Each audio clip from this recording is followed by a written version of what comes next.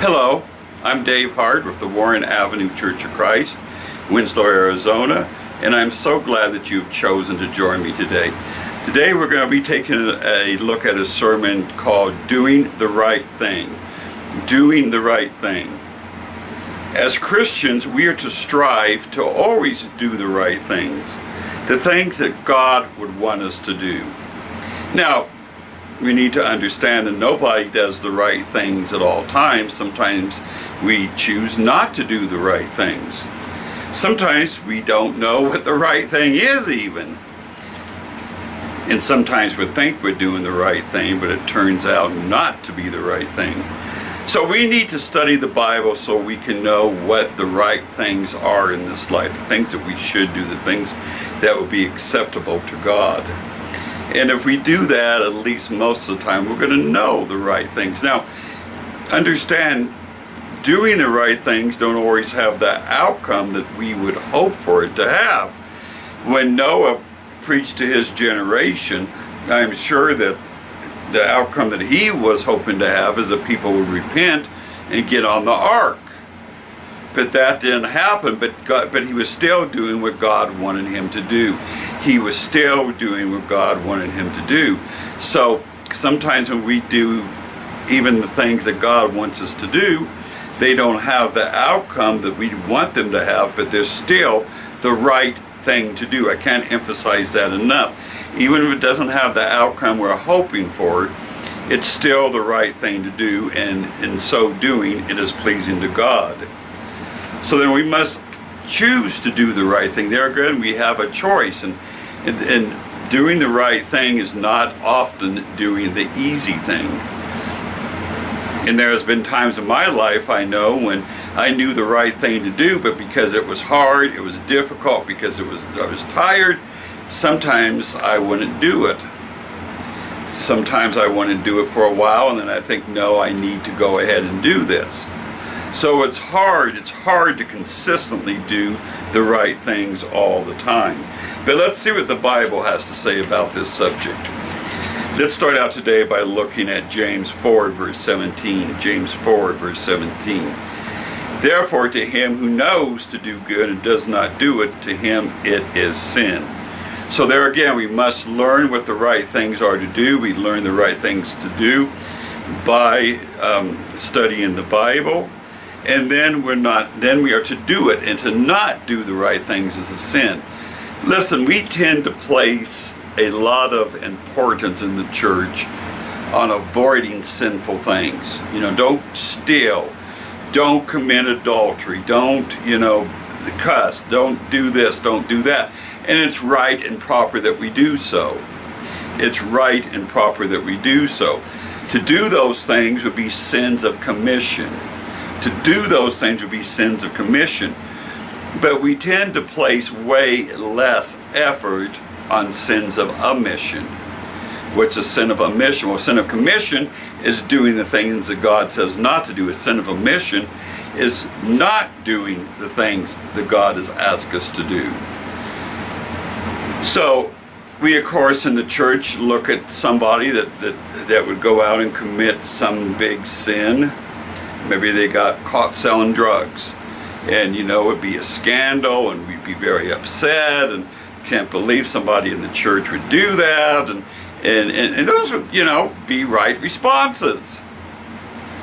But we look at somebody else. We look at somebody else who never tells anybody else about the Lord, who doesn't show up for worship service very often, who just doesn't give of his resources to the Lord. That person is just as sinful as the other person. That's hard for us to understand, isn't it? But to not do the things that God has asked us to do is just as sinful as to do the things that he asked us not to do. So when we know to do good, we need to do it. What are some of the good things we know to do? Well, we know we need to study the Bible. We need to read the Bible.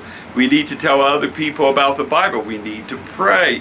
We need to go to worship service. We need to be full of good works, doing things for people. We need to do the things that God would have us to do and to do otherwise is sin. To do otherwise is sin. 1 Thessalonians 5:22 says, abstain from every form of evil. We're to abstain from every form of evil. To be involved in any kind of evil that there is to do wrong, and to abstain from it is to do right, is to do what is good. The problem is there's so many forms of evil, isn't there? There's so many forms, and the devil is smart. If he can't draw you away from God with money, he'll use women, or if you're a woman, men. If he can't use that, he'll use, anything. He'll use right out evil things, gambling, drugs, alcohol. But he'll also use things that are not evil in themselves. One of the issues with our teenagers about coming to worship service is that they like to stay up all Saturday night and play video games, and then they're too tired the next day to come to worship service. Or it can be that the man that, oh boy, the fish, the salmon are running, the trout are running, and they're only going to be running for a few weeks, so I'm just going to miss because of this. Or just some sporting event my children are involved in, or I want to really stay home and watch the Super Bowl, or whatever it is.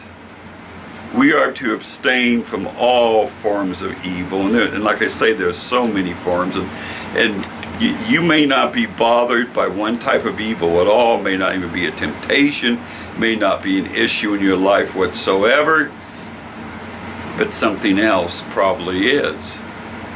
Or that thing that's not an issue in your life at this time can become an issue in your life over time. Oh, how many times do we see that? Somebody goes out and they start drinking socially, having a beer at home, and don't get me wrong, that's wrong in itself. That's wrong in itself. That's another lesson. But anyway, they're having that one beer, that one joint, that one joint to relax, and they get involved with other drugs. They become alcoholics. They whatever it is. We're to avoid every form of evil. Every form of evil. And we're to encourage others to also avoid those forms of evil. There again, the devil's tricky, and he sets traps for us. And once he gets us in that trap, it's like an animal that gets his leg in a trap, and that leg is broken. And as time goes on, he gets weaker and weaker, and he can't get away, can't pull away from it. That trap ends up overpowering him and killing him. Same thing with the devil. He plants all these traps all around us.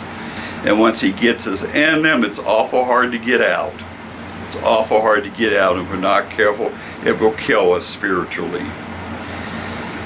Proverbs 24 verse 1 says, "Do not be envious of evil men, nor desire to be with them."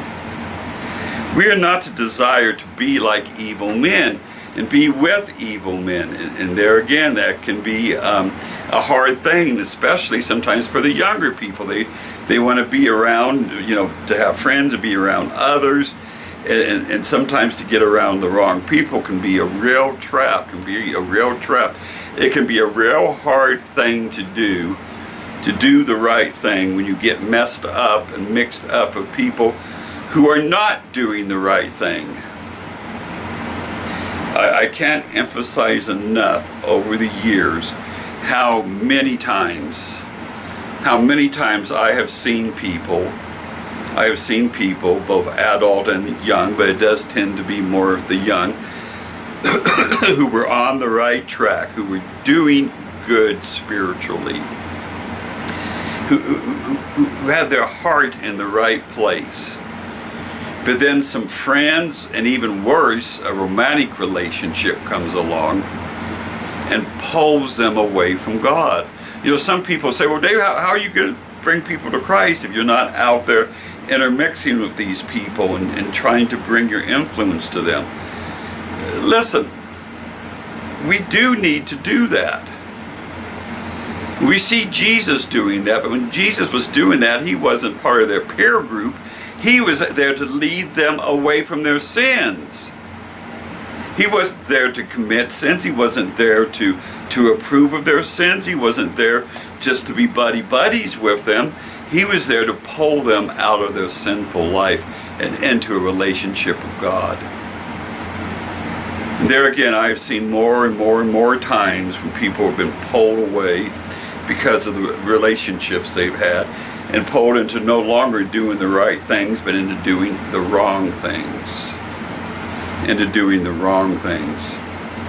So, what I always tell people, and I think it's biblically right, is if you develop a friendship, a relationship, whatever it is, and you're pulling that person towards God, develop that relationship, encourage that person, bring them to God. But certainly if it's somebody you're interested in romantically, don't let your heart be won over by them until their heart has been won over by God. Okay? Don't let your heart be won over by them until you have won their heart to God. Listen, if you marry somebody that's not a Christian, who's your father-in-law? It's the devil. It's the devil. But she's so nice and she's so sweet, it don't matter. If her heart isn't with Christ, if she isn't a Christian, she belongs to Satan, and Satan is going to be your father-in-law. So we need to be careful. Don't envy evil men. Yes, sometimes evil men in this life prosper. Now, many, if not most of them, end up being in terrible situations, losing all their money, going to jail, all kinds of things, losing their family, all kinds of things before this life is over. But if not, they're certainly going to pay for it in the next life. Don't be envious of people. Don't say, well, God must be with them because they appear to be prospering in this and that. No, God lets them at times. He lets the evil prosper for a while, for a time. But then you'll notice He always puts an end to it. So do not ever desire to be like the evil men, because if you do that, you're going to end up following them, and you end up not doing the right things. Deuteronomy 16:19 says, "You shall not pervert justice, you shall not show partiality, nor take a bribe, for a bribe blinds the eyes of the wise and twists the words of the righteous." It can be extremely hard to do the right things all the time, and it can be extremely costly. It says here, we're not to pervert justice, and we're not to show partiality. And that's really, really hard. You know, in the church here, we don't have elders at this time, so me and the other mature men have to lead the church, and we have to see everybody in an impartial way. In other words, if somebody does something wrong in the church, even if it's somebody we really like, we have to treat that situation without partiality, and that can be very, very hard, especially if they're a friend and they've been good to you and all that stuff. We still have to handle the situation without impartiality. Or if it's somebody that maybe you have a hard time with the church. Listen, in almost every church you're going to have somebody that you struggle with, at least at times. And if they do wrong, it's not an opportunity to say, aha, now I got them, now we can really beat up on them. We also need to treat them with impartiality. We're not to take a bribe. We're not to take a bribe in order to see things a certain way. Don't you wish our congressmen and senators would not take bribes? You know, and we know that they are influenced, at least most of them are influenced by the money they're giving by different organizations and things in order to vote a certain way, and we're not to take a bribe for that, because bribes blinds the eyes and twists the words of the righteous. It causes you to not do the right thing, but to do the thing that is going to give you the money, it's going to give you the benefit. So there again, we must do the right thing in all situations. Isaiah 1 verse 17 says, "Learn to do good, seek justice, rebuke their oppressor, defend the fatherless, plead for the widow." So we must be proactive in doing good. As I was saying earlier, you can be a person who has a careful avoidance of committing sin, but you're still sinning if you don't do what the things God says that you're supposed to do. You can't just say, okay, I'm going to sit in my house and I'm going to do nothing but sit in my house, so I'm not going to commit any sin that way, but you're sinning. Because God says you're supposed to get out of that house if you're able and go out there and do good. Do good. You're not supposed to just sit back and let it be. And it's so easy to do that, isn't it? Well, I don't want to make waves. I don't want to cause problems. I don't want to get fired. I just heard about a software designer who spoke up about saying that he feels that Texas has done the right thing about outlawing abortion. And I'm going to say right now, thank God for Texas for saving children, for keeping children from being torn apart and murdered. Thank God for Texas, and I hope that every state will take up this law. And we need to be proactive. Well, this man was proactive, and it's not that he was radical about it, just as I agree that we need to save lives, and he was fired for it. He was fired for it. We need to stand up and do what's right, regardless of the consequences. You hear what I just said? We need to stand up and do what is right, regardless of the consequences, regardless of our own physical harm, or whatever else they might do to us. We need to do what is right. So Isaiah 1:17 says, learn to do good. How do we learn to do good? We learn to do good there again by reading, studying, obeying the gospel, looking at other Christians who are out there doing good and imitate them as they imitate the Lord. And we need to learn to do good, to seek justice. What is justice? What is right? What is right? We need to seek justice. When there's evil, when there's things that's wrong, when there's things that's sinful, when there's things that are ungodly, we need to be against those things. But also when people who are doing justly, like this man that was fired from this computer programming company, we need to stand up for him and encourage him and do what we can to help him, because it was unjust what they did to him.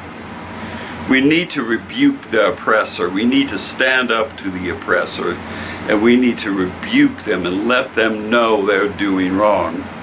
Let them know they're doing wrong, and that includes in our government. Listen, we know from the Bible that we're to obey the government. We know that, but at the same time, if they're being oppressors, we need to speak up against them. And in America, thank goodness, we have the right to do that, because we are the government, we the people. The people we put into office just represent us. We are the government. So if the government is doing unjustly, if the government is being oppressive, then we need to stand up against the government and vote those people out, impeach those people, do whatever we can in order so that we do not have oppressive people. So to rebuke the oppressors wherever we find them.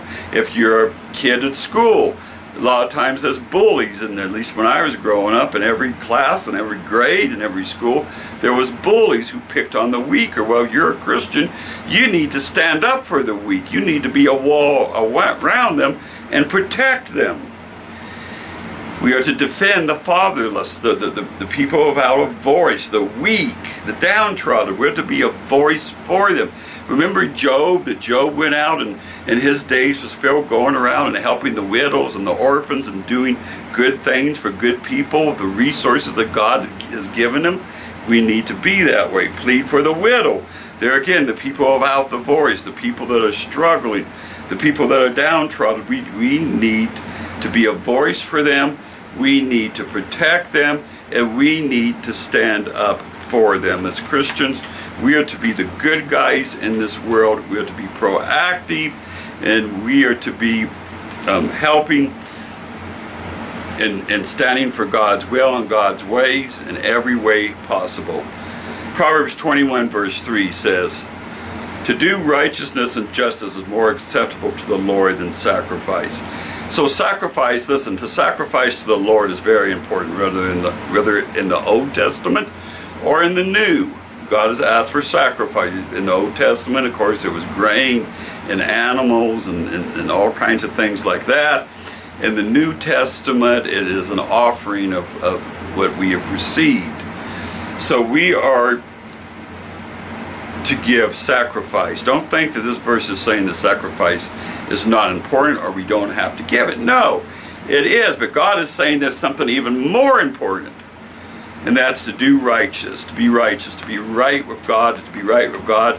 There again is to do the right things.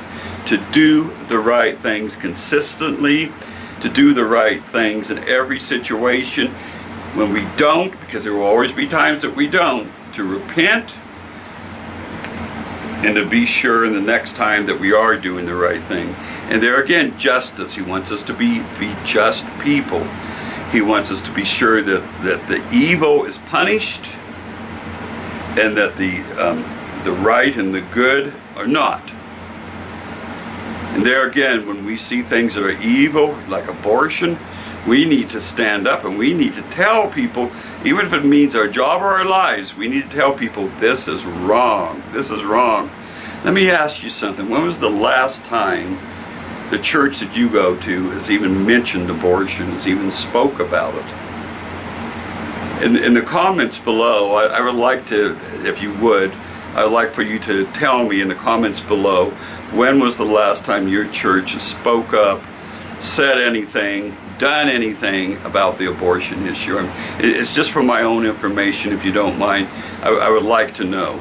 But we're to be just people. We're to speak up for justice, and we're to do it fearlessly, and realize that it may cost us, but to do right before God is more important than anything that we may lose in this life. 2 Chronicles 15 verse 7 says, "But you be strong and do not let your hands be weak, for your work shall be rewarded." So we must be strong. There again, doing the right thing, we must be strong. If you're walking into a shopping center and you're seeing a whole bunch of people in a circle and some guy is beating up on his wife or his girlfriend, are you just going to sit there and watch like everybody else? Or are you going to try to do what you can to help that person? Listen, we are to be strong. We're to be strong. And there again, it doesn't mean that you're not going to get hurt in doing what's right one way or another. But we do what's right because it's right, because it's what God would have us to do, regardless of the cost. Don't let your hands be weak. God's saying, don't be weak about this. Even if it's hard to do right at times, even if it does cost us dearly in the short run, we will in time be greatly rewarded for the things that we do that are right. If we Christians don't stand up, and if we don't stand strong, this nation and this world has no hope left. Has no hope left. Listen, if you've seen some of my older sermons, you'll know that I believe that Christians would be to be involved in their government, voting for the right people, encouraging our politicians to do the right things, scolding them when they don't do the right things. I believe this, and I believe it has an importance, but my hope, my ultimate hope is not in government, because government's ran by frail, weak men who make mistakes, even the best of them. My hope is in God. My hope is in God.